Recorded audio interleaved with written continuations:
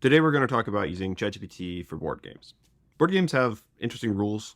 Oftentimes you'll lose people just trying to convince them of what the rules are. So it would certainly be nice if we could get this sort of virtual assistant to help us just coerce our friends to even try. Rule sets could be, very different depending on who you are.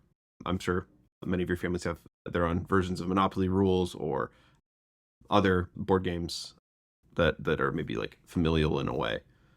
So sometimes teaching ChatGPT about these rules can be actually somewhat difficult.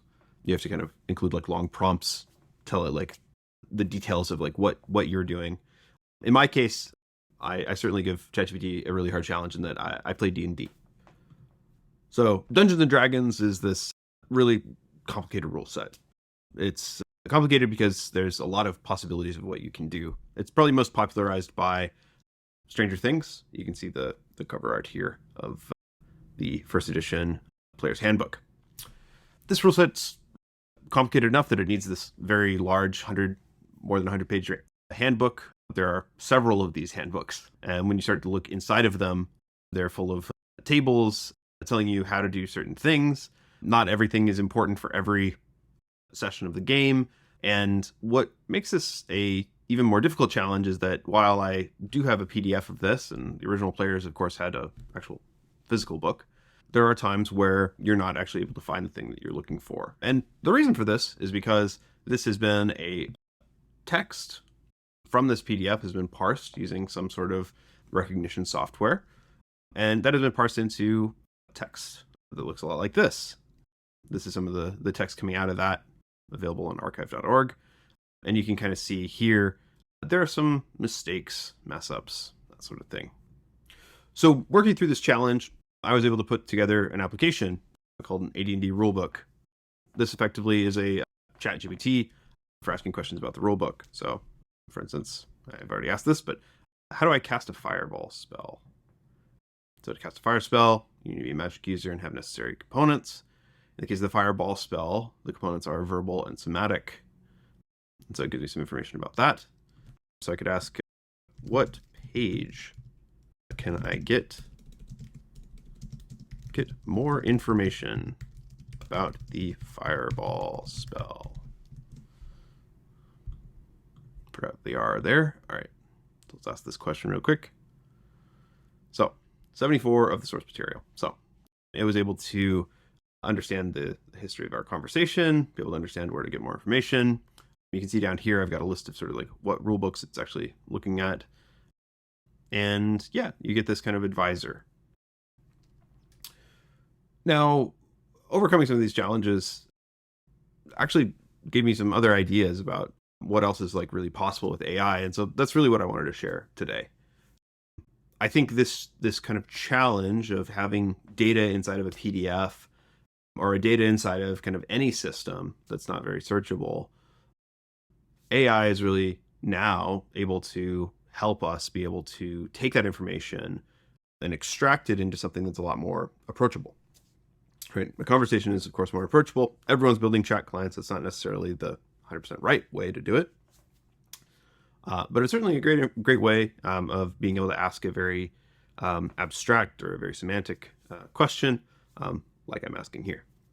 The other thing that's sort of interesting about this is the ability for AI to be able to help us understand information. So we have these PDFs that are maybe in a bad format.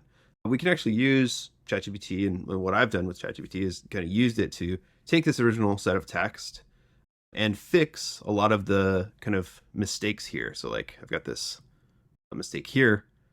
I'm actually able to send that to ChatGPT, say, cool, I'm going to give you this line, correct kind of any mistakes that there might have been made in this sort of PDF to text process.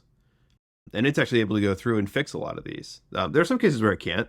I think if we go and find a table in here, yeah, you might start seeing stuff like this, where these numbers don't quite line up with the columns that actually make up one of these tables from the actual text. So that kind of can be definitely a bit of an issue. But that's sort of one of the really cool things about this, though. While ChatGPT can sort of help to facilitate dropping kind of any file in, how do you know that file is like formatted in a way that it can understand? ChatGPT kind of acts like a black box. While like anything's possible, you really have a difficult time sort of understanding like how to improve it or how to make things better. So that's like a big part of what's possible. But the other thing that's really a challenge is ChatGPT's ability to understand like context related to some statement. So for instance, so what a lot of these systems do is they do something called RAG, which is Retrieval Augmented Generation, which basically just means ChatGPT is going to try and generate some text. That's what it does. You give it some text, it gives you back some text, right? Retrieval Augmented just means that it kind of looks at a file, pulls some data based on what you asked or what the conversation's about, and it pulls in some relevant examples. When it pulls in those examples, though, that's actually where things get a little bit tricky. If you have like really well-structured data, it may actually know like a breadcrumb trail of sort of where that context is from. So for instance, say this paragraph here, right? This paragraph is about system shock survival, something. I don't know. That's I've never used this rule, but say we pull this paragraph. This paragraph is actually related to this constitution table, right? And that table is inside of the character abilities dexterity section, which is inside of the character abilities section, which is inside of, you know, sort of this section of the text. That context for that line actually is pretty important. If you just took this line alone, and maybe you didn't know that there was this table or we were talking about dexterity as it relates to constitution, which actually may be a misnomer because we're in the dexterity section, but we're actually at the break intersection. So it's actually hard for me to understand what this is relating to in some ways too. So we're actually in the constitution section related to the constitution table, which is down here, which is related to this section here, right? You can kind of tell like the way that this thing is even set up is a bit hard to understand where things are. But suffice it to say, like, there's a lot of context around any piece of text.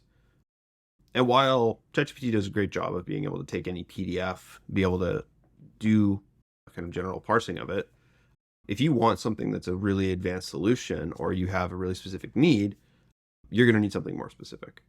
You're going to need something that's tunable, right? And that's really what's possible here. And that's sort of what I have an example of with my client here. So thanks so much. If you've enjoyed this, please consider following us on Stable Discussion. We have a podcast and a blog where we post a lot of kind of information about AI and what's possible. So thanks so much. Catch you next time.